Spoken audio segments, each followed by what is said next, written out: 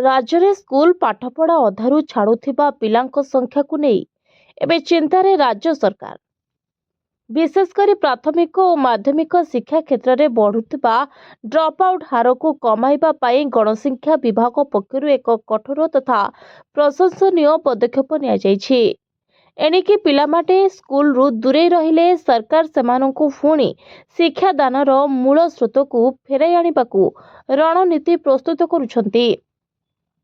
नूतन नियम अनुଯାयी जदि कौनसी छात्र बा छात्री क्रमागत भावे 7 दिन स्कूल को अनुपस्थित रुहंती तेबे स्कूल कर्तृपक्ष सेमानंक घर को जिबे।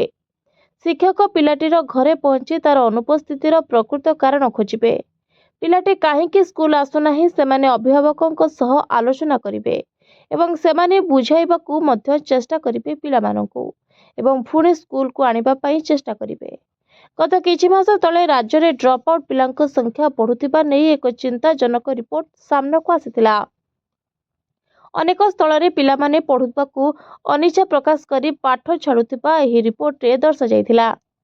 एही समस्यार समाधान पाई गणशिक्षा विभाग पक्षरु समस्त जिला अधिकारी को एवं ब्लॉक शिक्षाधिकारी विधिवत भावे चिठी लेखि निर्देश दिया जायछि।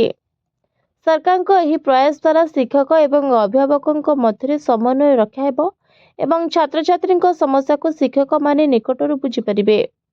राज्य में शिक्षा हार बढ़ाइबा एवं प्रत्येक शिशु को शिक्षार अधिकार प्रदान करने लक्ष्य सरकार एभली बड़ पदक्षेप नैछंती। Report voice of Odisha live.